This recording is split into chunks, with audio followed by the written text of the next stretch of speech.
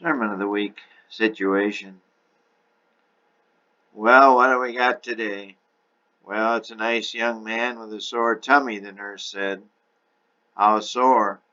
Well, doctor, it's sore all over. Is he vomiting? Can't keep anything down. Not all night. His pain's increasing. This morning it's a 9. And he laughs back. Well, hi, doctor. I'll be assisting you today, the attending doctor said. Good, good. Well, let's get started. His white count is not high, only 8,000 and no shift. He originally was thought to have gastroenteritis, but through the night his pain has increased. Localized? No, generalized. I fear he may have appendicitis, but it may have ruptured during the night. Well, let's get to it. Anesthesia here? The attending doctor nodded. The two went into the doctor's dressing room, changed, and after masking, began to scrub their hands. After a 3-minute scrub, the two walked into the operating room. The circulating nurse gave them each a towel. They dried off and then were gowned and gloved. The circulating nurse was now scrubbing the patient's abdomen, after which it was draped so only the abdomen was showing. The surgeon stepped to the right side of the table, and the assistant to the left, and the scrub nurse handed the surgeon a scalpel with a number 10 blade. You ready? The surgeon asked the anesthetist. Ready as I'll ever be. Your patient is now pain-free.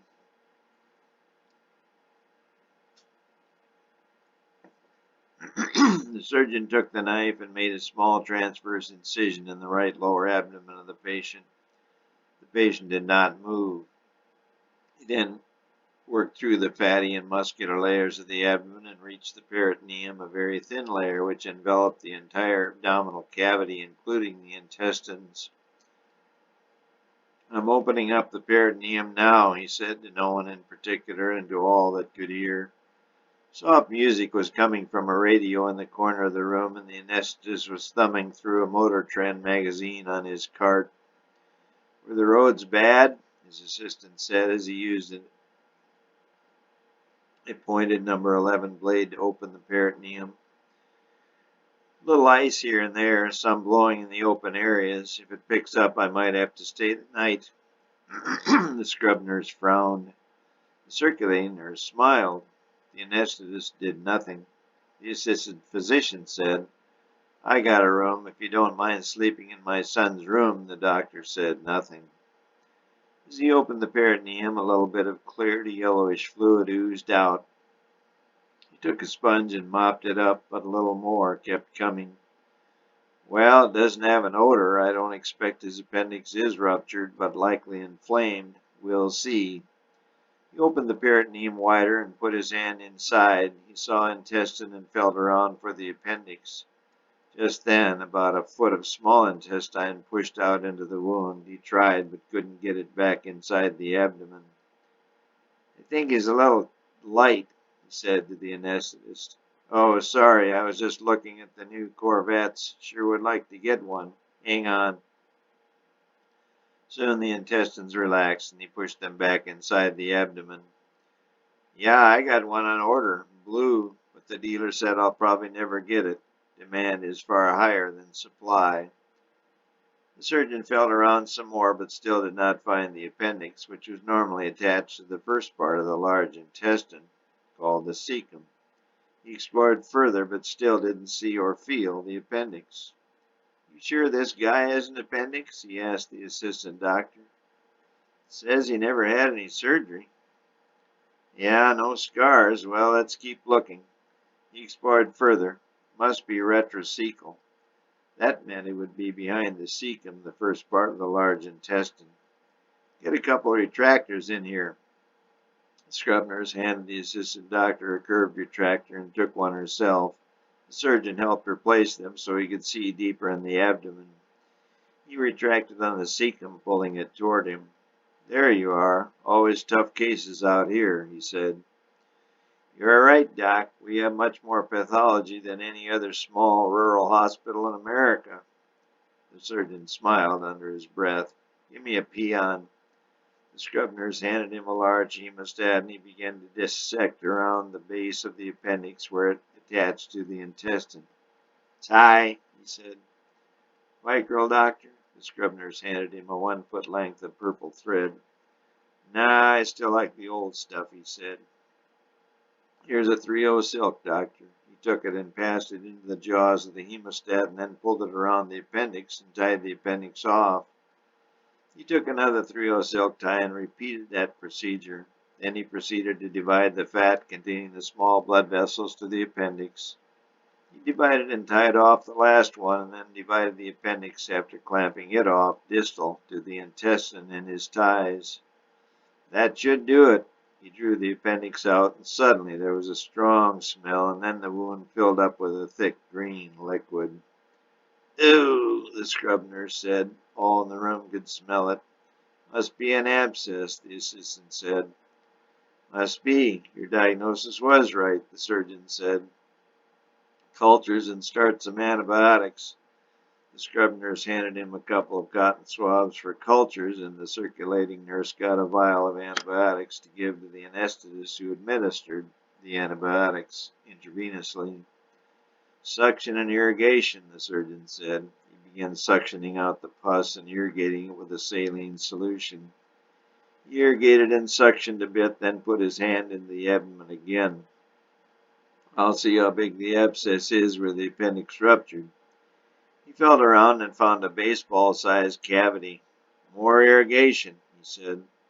The scrub nurse and the assistant continued to pour in saline and then suction it out. "You want a drain, doctor?" she asked. "Yeah, a big sump drain." The circulating nurse went into the other room to get a drain. "This seems like a lot of pus for a baseball-sized abscess," the surgeon said as they kept irrigating and suctioning. "Yeah," the assistant doctor said. "I hate to spread pus around, but I better explore the rest of the abdomen, at least the lower part." He felt around the right lower part of the abdomen. "Nothing unusual here, just that abscess, and seems empty," he said. He then reached across to the left side of the lower abdomen. "Don't feel much there either," he said. "Wait a minute." The lower colon seemed a little thickened. "How old is this guy?" he said. 29, the anesthetist said. "Find something?" "Well, I'm not sure. It could be just an inflammatory response to the appendicitis. Doctor, retract a bit more. Let me see if I can see anything." The assistant doctor pulled more firmly, and the surgeon leaned down to see better. "Just looked inflamed over here." He stared for a bit. "No, there's pus coming from over there," he said.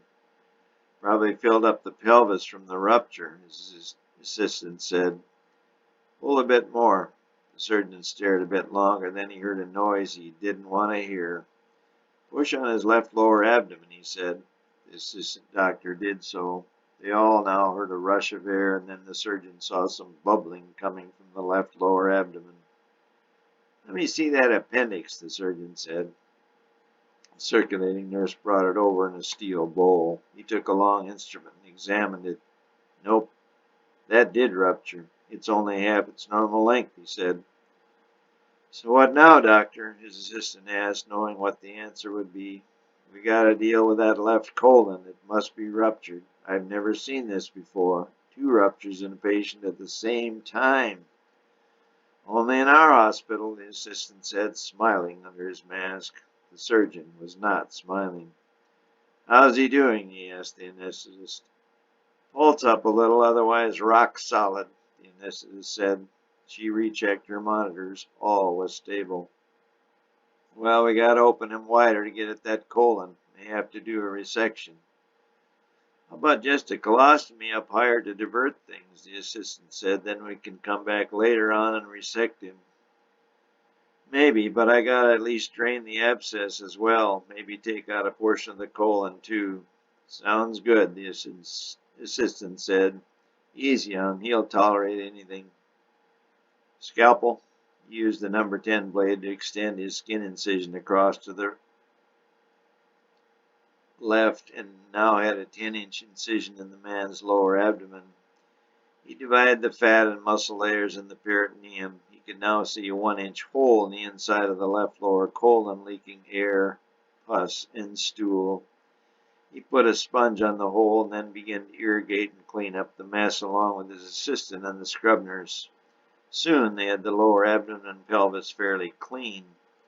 Took his hand away from the hole and only to have more air and pus and stool gush out.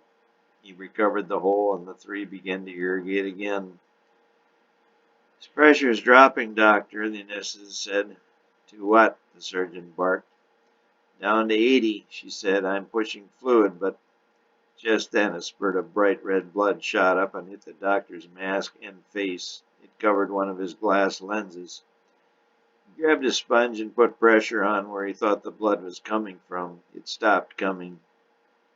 What was that? The anesthetist asked. The circulating nurse cleaned his glasses and changed his mask. I think that's why your pressure's dropping. I'll push fluids. I'm still losing blood here. He adjusted his pressure on the colon. I'm going to take one more look. He pulled his hand off the colon, this time keeping his head away. More blood shot out of the wound. Pressure down to 60, the anesthetist said. Her forehead was now filled with sweat. The colon must have ruptured into an artery. I'll try to control it as best I can, he said, working the sponges around the colon. Do we have blood? The anesthetist now asked. I'll check with the lab, the circulating nurse now called the lab. None available, she said. They just used the last unit. They're calling the city hospital and the highway patrol can bring it. How many units do you want? 8, the anesthetist said. Can they fly it out? I doubt it. The weather has picked up, but I'll check. She called again. The answer was as expected. No, weather even worse up by the city. No flying. Well, get me some plasma or anything you've got, the anesthetist said. She now was standing on her bloodied Motor Trend magazine, working feverishly. Pressure any better? The surgeon asked. Holding it about 70. I don't know for how long. With this weather, it'll take the patrol a couple of hours to get here with our blood, the surgeon said. Maybe 3 if they can get through it all, the scrub nurse said. The surgeon didn't need to hear that, but said nothing.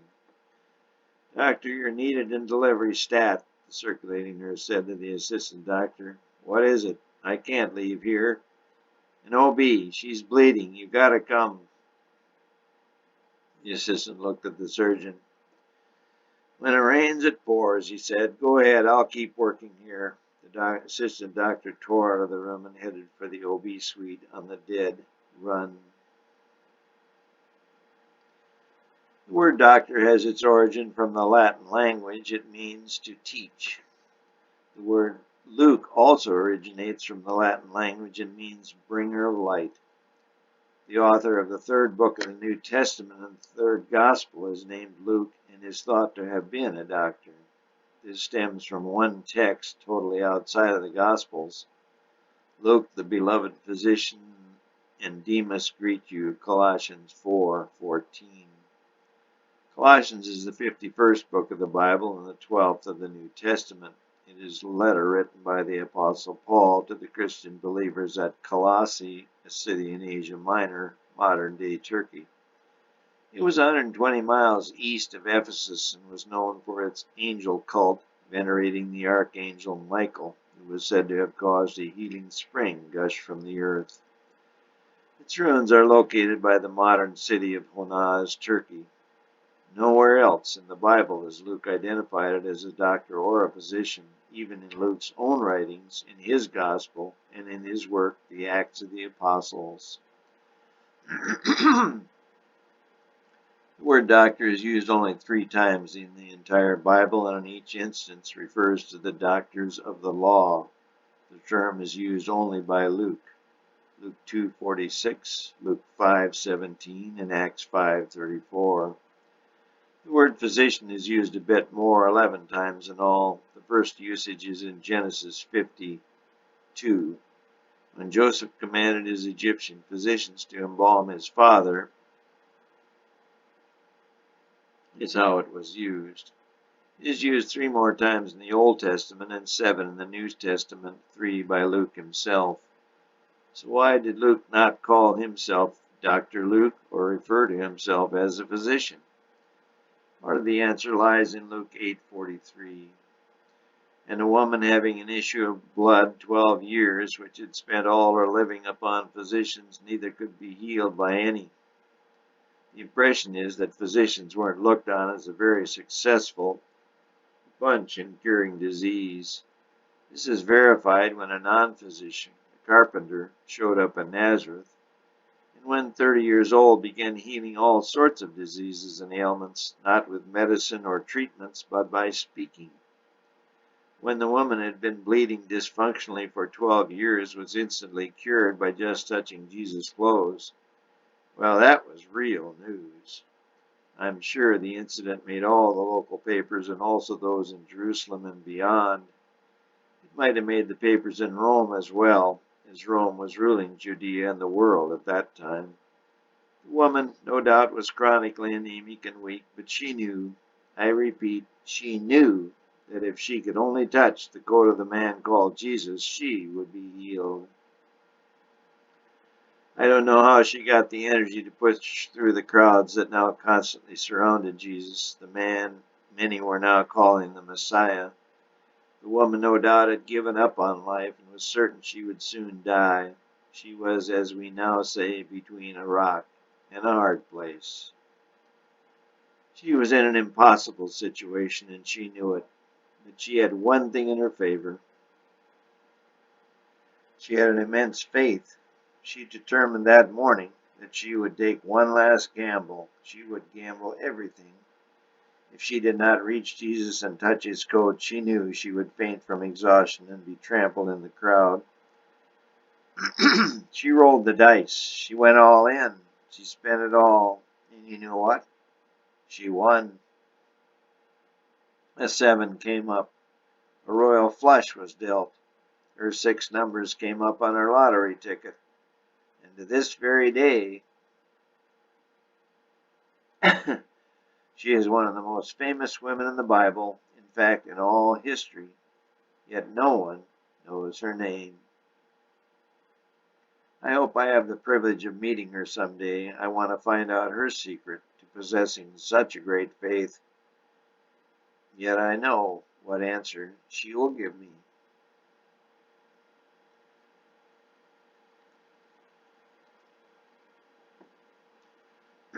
Again, why did not Luke refer to himself as a physician in his writings? Luke had 3 big problems in his life. Number 1, he was a physician, a profession not looked upon too highly. Oh, they did good work, but their technology was very limited. They didn't even know blood circulated in the body. It would be 1600 years before that fact would be recognized by the English physician William Harvey. With all the bleeding the world saw from wars, how could they not know this? But they didn't. Therefore, the cure rate of physicians, particularly in more serious diseases, was abysmal. Is it any wonder they were not regarded highly by the populace? And of course, this was magnified when Jesus came on the scene and cured everybody of everything, a few even of death. This was Luke's second big problem. If he identified himself as a physician authoring a book about the history of the day, who would read it, much less believe what they read? So his second problem was credibility, a problem which he dodged by not revealing that he was a physician. Problem number 3 was even bigger.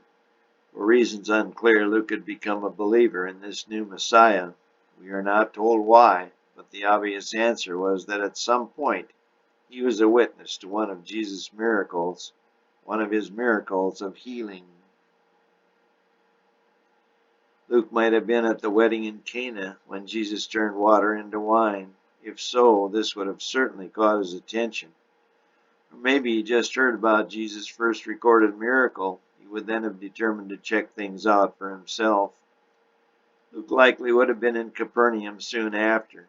Simon Peter's mother-in-law was very ill with a great fever. Luke 4:38. Maybe Luke was her personal physician. Maybe Luke realized Peter's mother-in-law would not survive and he knew he didn't have any treatment for her infection or even diagnosis other than that she was septic. Maybe Luke sought out Jesus, or maybe, just maybe, Jesus was there visiting. You can be sure if he was, Luke would have had no qualms about obtaining a consult from a man who had turned water into wine. And he stood over her and rebuked the fever, and it left her. Luke 8:39. If Luke was there, and I'm sure he was now and forever after a believer in the Messiah, just as we would be or are when someone we care about is cured of some terrible disease. We believe there has to be a higher power. The cure should not have happened, but it did. We may attribute it to the doctor or some god or angel, but more than half of our world will attribute it to one man, the man called Jesus. Now we come to Luke's third big problem, and by far his most difficult one. Luke could stand to have a bad reputation. He could stand having no credibility. But he couldn't stand one thing, the iron fist of Rome.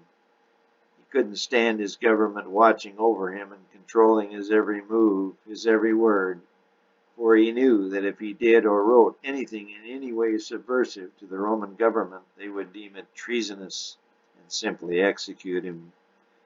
There'd be no trial, no appeal. He would simply be strapped to one of the hundreds of crosses surrounding the city of Jerusalem and die a most agonizing and horrible death, as had thousands of his fellow citizens. So what did Luke do? He was in the most proverbial, impossible situation. He was a physician without a reputation, an author without credibility, and a citizen committing treason against his own country. But he had an even bigger problem than these three. He knew he had to write his book. He knew he had to record what this Messiah was doing. He knew he must do it no matter what it cost him. What he probably didn't know was that what was driving him to certain destruction. It was the real power in the world, the mighty power of God Almighty. The Bible is loaded with tales of reluctant humans, those that don't want to traverse the impossible situations. But each of these tales, from Noah to Abraham, to Moses, to David, to Ezekiel, to Jonah, demonstrated that if God wanted you to do something, you were eventually going to do that something. I suspect from reading Luke's words he realized this and knew he would have to write his book. What he also began to realize was that this Jesus, this Messiah, was also heading into an impossible situation, one that Jesus might not survive. But the more Luke saw, the more Luke wrote, the more he realized this Messiah, this Jesus, was following the path God Almighty had set for him. It would not be until much later in his life that Luke came to realize that the path Jesus walked was the only one that would save the evil world, save its inhabitants, and save him. So how did Luke solve his biggest problem? We know he did risk it all to write his book, but how did he avoid being lashed to a cross before he got it done? What Luke probably didn't know was that he was not the only one taking such a risk. God Almighty had selected three other men to record the history of his son, the Messiah. Matthew was a tax collector, Mark was a scribe, and John a fisherman. Maybe God figured at least one of these four would not only write but preserve the history of his son. 1 in 4 is pretty good odds. 25% chance of winning is pretty good odds. Maybe we would put down our dollar to win 25 cents, thinking we might have a nice win if we were lucky. Of course, our God is the biggest gambler of all. He bet on himself to save the world, and he bet on these four nobodies in the world of history. Of course, all four got it done. God takes impossible situations and makes them possible. He doesn't accept no for an answer. He doesn't accept the excuse I'm too busy, or call me next week, or get me someone else.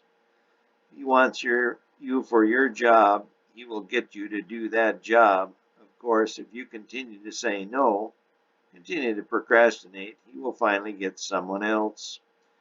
He will quit bothering you permanently. But our boy Luke accepted the risk, accepted the job, and with the help of God himself, completed the task. So how did he accomplish it? The book Luke wrote only came to light of day 50 years after the death of the Messiah and likely after the death of Luke himself. No, Luke didn't write it openly. He had to carefully hide any notes, outlines, or manuscripts he wrote, or the Roman government would simply confiscate it, burn it, and crucify him. All four of the Gospels were published 30 or more years after Christ's crucifixion and very likely after the destruction of Jerusalem by Titus in 70 AD. Where all this information was hidden we are not told, but much of it may have been secured by Paul and his associates. Maybe Luke stashed his in amongst his medical records. If any of it had gotten out, it would have been lost. The most famous hiding place was in the hills of the sea, known as the Dead Sea. God does have a sense of humor. Like all earthly governments, Rome had a corrupt history which they carefully guarded by rewriting it. All the history we read of empires and government has to some degree been rewritten, altered, doctored, if you will. They're determined to rewrite history to place them in a better light.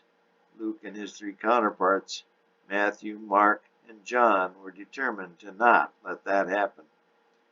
They wanted to ensure that the history of their Messiah, the world's Messiah, would be preserved accurately and truly for all posterity, for all time. Though at times they weren't sure they could do so, their God, your God, made sure each of the four got it done. The scribes and Pharisees of Judea were also dedicated record keepers and kept their own records, but of course their record had to be altered as they were responsible for Christ's crucifixion. Their record of the period Christ walked among them may have been the Q source popularized by recent biblical researchers. The Romans also were good record keepers and responsible for Christ's crucifixion. They too were very adept at altering recorded history and kept Christ's name completely out of their records. But along with the four Gospels which were finally published 30 to 40 years after Christ's crucifixion, some of the records did sneak through into history. The most notable historian who referred to Jesus was Josephus, a Romanized Jewish historian. But there are others: Lucian, Serapion, Origen, Phlegon, Pliny, Eusebius, Suetonius, and Tacitus all reference Jesus. Look them up. Their words are eerily fascinating. Luke begins his book by verifying his words are indeed the truth, the whole truth, and nothing but the truth. Forasmuch as many have taken in hand to set forth in order a declaration of those things which are most surely believed among us. Luke 1:1. Even as they delivered them unto us, which from the beginning were eyewitnesses and ministers of the word. Luke 1:2. It seemed good to me also, having had perfect understanding of all things from the very first, to write unto thee in order, most excellent Theophilus. Luke 1:3.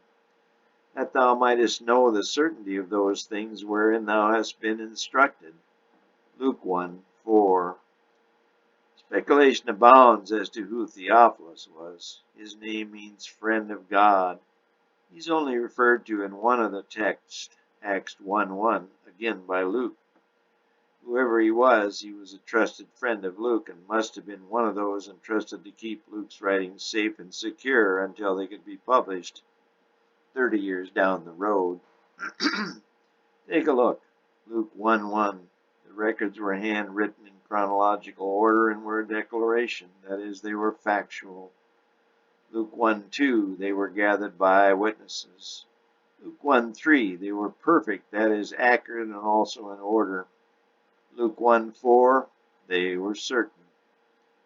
Number 1, handwritten. Number 2, in chronological order. Number 3, a declaration of fact. Number 4, compiled by actual eyewitnesses.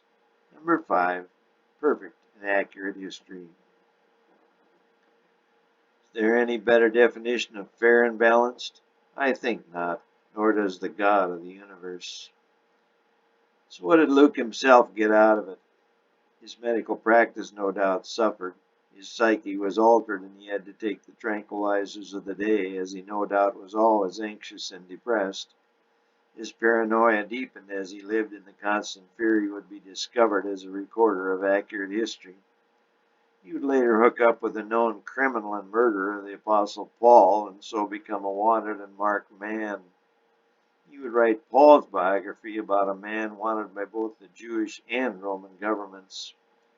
In 3 short years, Luke moved from penthouse to the outhouse.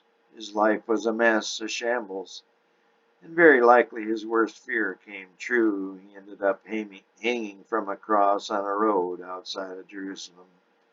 The sign tacked to his cross would read, Dr. No.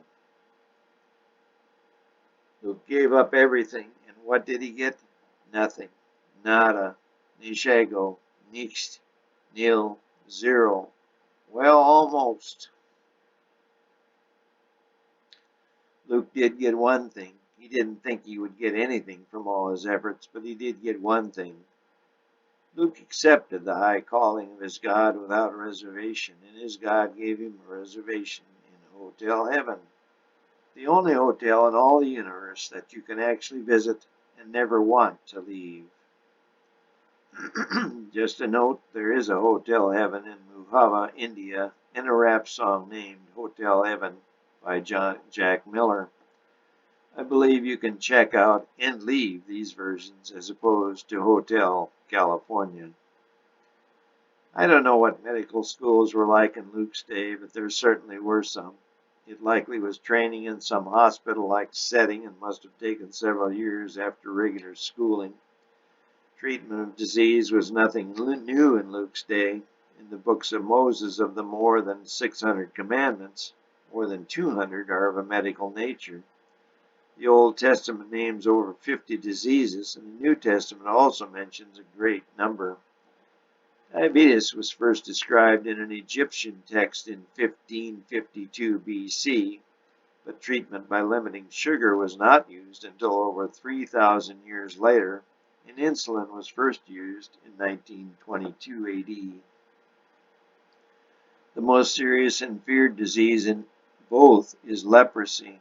People lived long lives with leprosy, but were outcasts in any society, a fate worse than death to most humans. And there was no cure. In fact, it is only in the 20th century that a cure has been found in the form of multi-drug therapy, but the cure rate is far from 100%. Early in Alexander the Great's reign, a doctor named Philip in Tarsus gave Alexander a potion to treat an illness and cured him. Doctors for millennia had to treat all kinds of ailments and diseases just as we do today. There were always broken bones, colds, pneumonia, flu, lacerations, infections, war wounds, skin diseases, and babies being born. Surgery did include cesarean sections among other surgical procedures. Julius Caesar is said to have been born by cesarean section, a procedure to which his name has been forever attached. But this procedure was carried out much farther into antiquity. There are records of it being performed in the Bronze Age and also in many ancient Chinese drawings. Of course, it is only recently that the mother, and even the baby, was expected to survive. Luke, having invested a great deal of time in his life to train to become a doctor, has his life turned upside down when Jesus comes on the scene in 27 AD. But instead of backing away from a most difficult situation, this man, unlike most of his colleagues, takes hold of the situation with both hands and charges ahead, not knowing what the outcome will be. Why would someone do that when he is living the easy life? He no doubt had a nice home, a beautiful wife, and 2 beautiful children. He had a nice office and a booming practice. He had a stable of horses and was a member of Jerusalem's finest country club. He treated the elite of society and hobnobbed with them. Yet when the news of a carpenter came from the dregs of society reached him, he began to change. He went out of his way to hunt down this carpenter and set up a plan to not only follow his activities, but also to record them accurately. He went to great lengths to ensure that his account was unbiased and accurate in every way, and he took every precaution that was necessary to see that his record was not only preserved, but eventually published. What he never would grasp is that it would become part of the most widely published and widely read book in history of the universe, the New Testament of the Bible. Again, we ask, why would someone do what Luke did? Human history is full of people who were put in difficult situations and almost as full of those who only back away. The rich young ruler comes to mind, but there is a small percentage who do not back away, even knowing they could lose everything. Luke fits this bill perfectly. The reason he did not back away is found in Luke 1:3. Luke himself tells us why he took up the challenge to be one of the four authors of the story of Jesus Christ and his plan of salvation. And I quote, "It seems good to me, having had perfect understanding of all things from the very first." Luke was not blind to the world. He'd seen the horrors of disease and death, and he hated it. He had seen the evil of the world in the form of Jewish leaders and Roman leaders, and like many had come to hate evil in all its forms. What Luke saw in this Jesus was hope. The hope of not a takeover of Rome by the Jews. The Jews had repeatedly failed in ruling any land since the time of Abraham, 2 millenniums in the past. No, what Luke saw was the hope, the chance for evil in all its varied and complicated forms to be eliminated, to be wiped out. No more disease, no more war, no more pain, no more tears, no more arguing, no more abuse, no more evil. Luke took the chance of a lifetime. He bet it all on one carpenter. And he drew an ace. Luke, like his three cohorts, Matthew, Mark, and John, went all in, and they all drew aces. The finest hand in all history. 4 aces, 4 gospels that came to life. And Luke's chance of a lifetime will soon become a reality when the carpenter he wrote so much about again steps onto the streets in Jerusalem, now called the Via Dolorosa, and completes the plan of salvation. Christ will walk up to Luke's old office, now a shop on that street. He will knock on the door. Luke will answer. "Luke, I came to thank you." The look of joy will be forever etched on the doctor's face, knowing his practice of medicine is finally at an end. The sound of the wind could now be heard in the operating room of the rural hospital, and the wall clock continued to tick ominously. "I'm holding pressure. How is your pressure?" the doctor asked the anesthetist.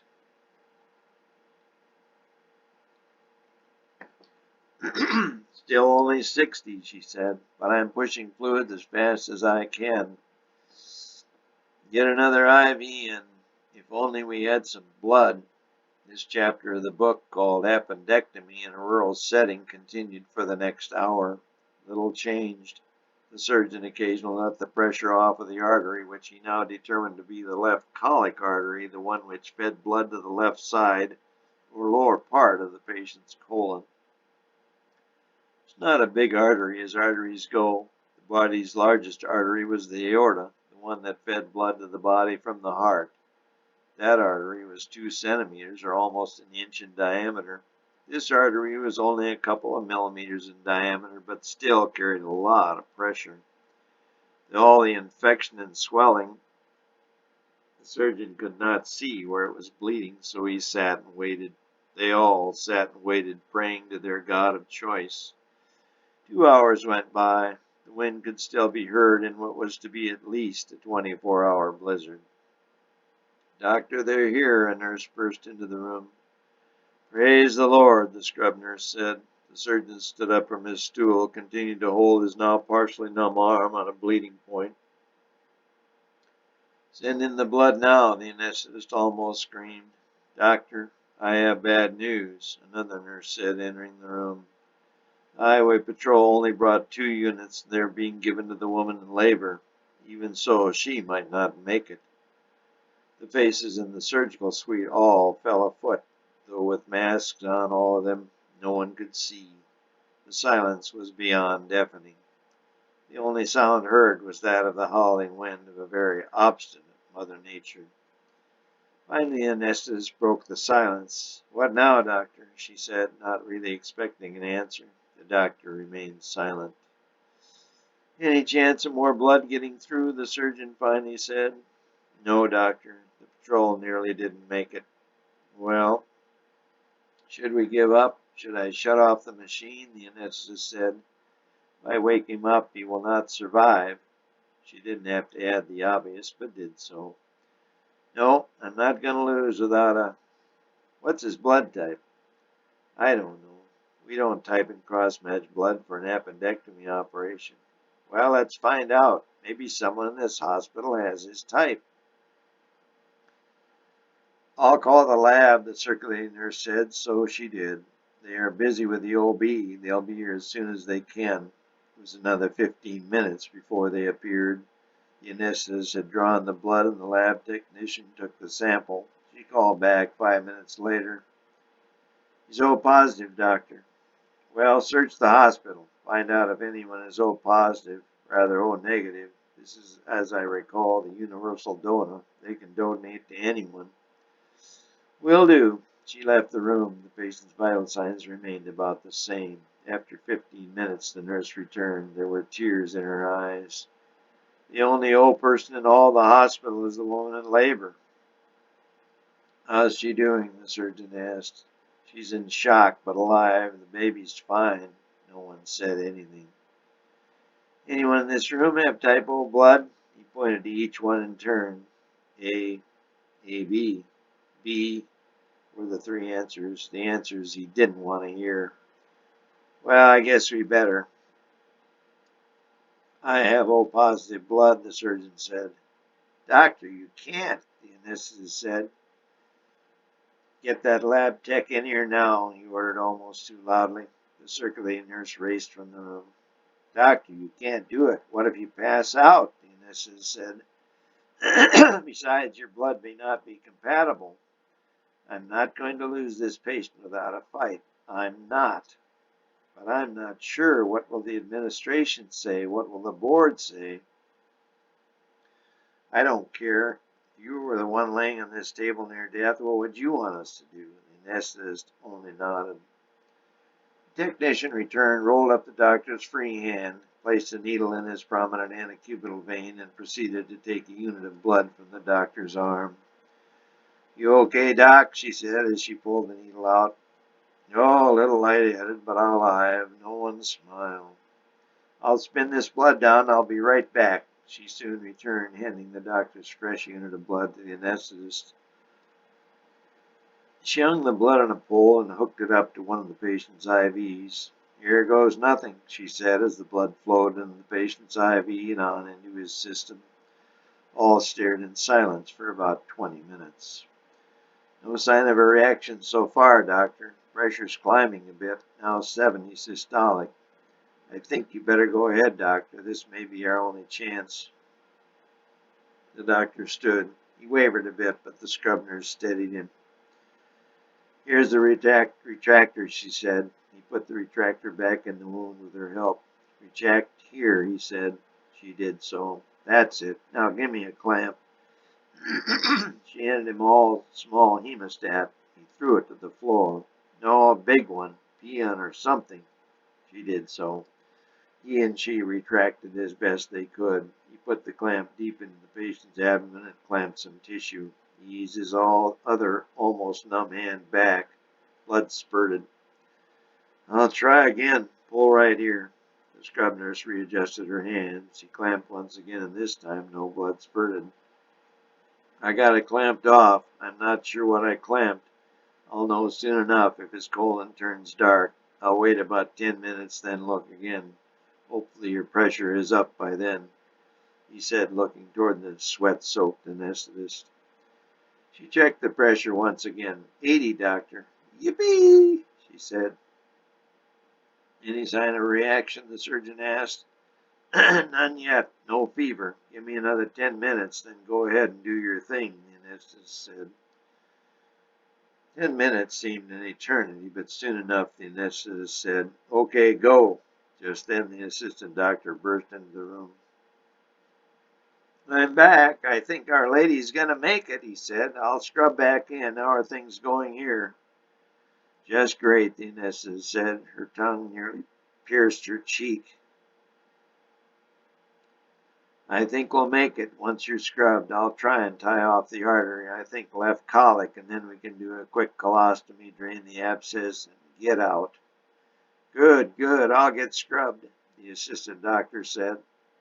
The battle he was winning in the delivery room and the battle he was now going to help the surgeon win in the operating room, both taking place in a small rural hospital in the middle of a 100-year blizzard in somewhere America, was, as he would say later, just routine. We took control of a difficult situation, and God willing, we were successful.